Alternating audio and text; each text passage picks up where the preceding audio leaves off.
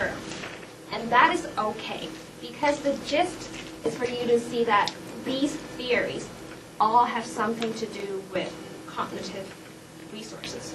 And by that we mean what you have available to help you encode and store and also retrieve information. Okay? Question so far? No?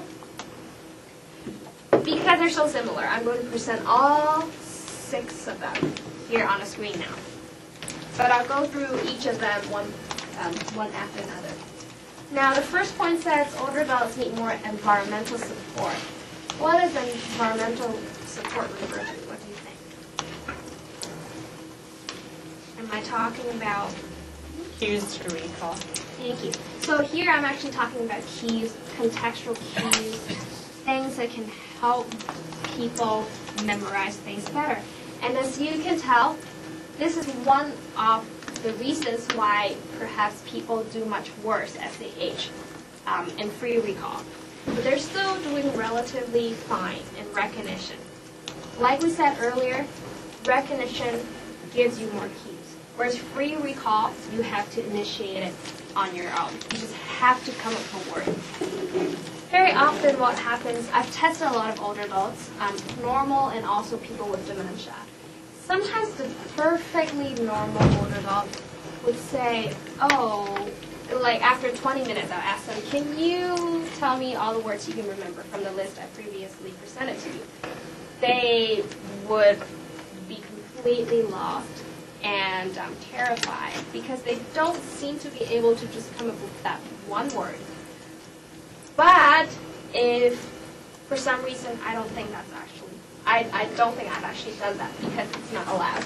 But anyway, if you actually give them one word from the list and say, you know, that list that begins with the word apple, and then they'll be like, oh, that list. And immediately they can. And that's considered environmental support? Mm-hmm. Okay. Cues. Cues would be one type of environmental support. Okay. So we're not talking so much about canes or walkers or elevators. Not that type of environment. No. I was trying to understand what kind of verbal Cues. things you were talking about. The other thing could be that environmental support could also mean the context itself. So, in terms of normal aging, not with older adults, but just people in general, there's also this idea that if you learn something in a certain context, say in this particular classroom, you probably do better when you take your exams here in the same classroom, as opposed to another very foreign place where you've never been to. Because there may be contextual cues and things that help you memorize things or to encode things. So that could be another example of environmental support. But mostly here, really, I'm talking about just providing cues. But the idea about contextual cues as in the form of, say, the room, characteristics of the person presenting the information, and so on, findings are actually mixed as well. Because some studies suggest that older adults don't actually pay as much attention to, say, for example, whether the person who presented the information was male or female, or whether it was presented auditorily or visually. So in that case, the argument would be that, oh, if they're not really paying attention at all to those contextual cues, how are those cues going to help them with recall anyway? So those types of findings are less consistent. We're not too sure about those things. But if we're just talking about, giving them categories, giving them category cues, telling them, okay, those words are fruits, those words are related to animals, then they generally do better. And it's actually true as well, I think, in the second article in your blue book, so chapter 15. It was also about recall and recognition. And I think they had a choice reaction task. Is that correct? They have the choice reaction time task. And they have to perform it either with recall or recognition. And the recognition was the paired associated task. And so it seems like when the performance level on recall and recognition were equated, there were larger age differences in recall, but not so much in recognition. And it also supports the idea that recall seems to involve less environmental support and cues, but more self-initiated processing. And so it took up longer reaction time for people to do recall and the reaction time task together.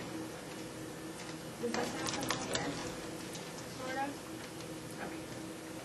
So older adults in general, they may be at a disadvantage of coming up with different processes and strategies to help them encode and memorize things. So they need extra resources. And if you give them keys, it helps because now they don't have to depend so much on themselves. Which brings to mind the second point, which is deliberate processing. So by that, it's actually a very similar concept to self-initiated types of recall. So that is actually, I think, it was either the Stein paper or the second chapter that you had to read from the rule book that also talked about self-initiation. You have to make an active effort to try and memorize things. And that typically tends to be harder as we grow older. And so that's one possible explanation to the age differences that we see in memory performance. And it's also very interesting because deliberate processing here, we're talking about something that's different from automatic processing. Because remember very early on today, one of you talked about, automatic things that don't require much active processing.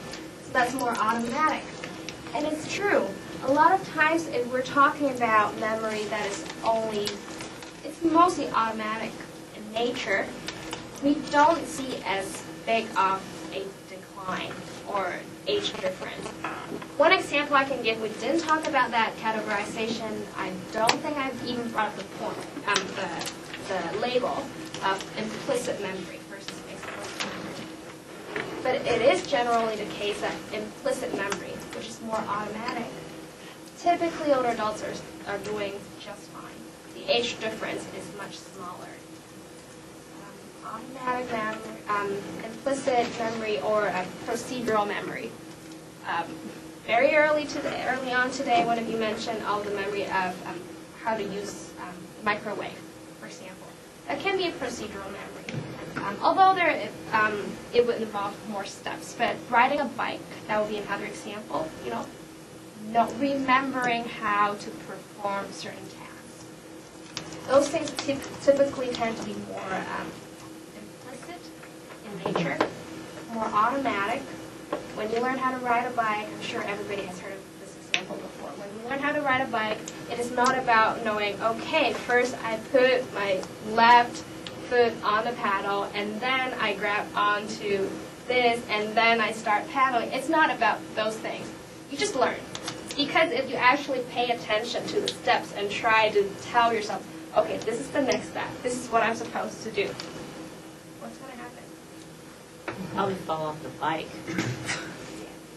I've seen that happen to people. It's really interesting. Don't do that to your kids. It's not nice. They probably won't listen anyway. Most of them know how to ride a bike. It's like an instinct, okay? Okay, so that's deliberate processing, which is impaired. And again, it's highly relevant to the idea of attentional processes and, how you try to remember things, or try not to remember things. Now, failure to integrate context. Once again, that is also very, very similar to the idea of contextual cues and environmental cues. What we mean here, though, is that it seems like for older adults, they tend to find it much harder to do it on their own, to integrate information or cues, to gather additional sources of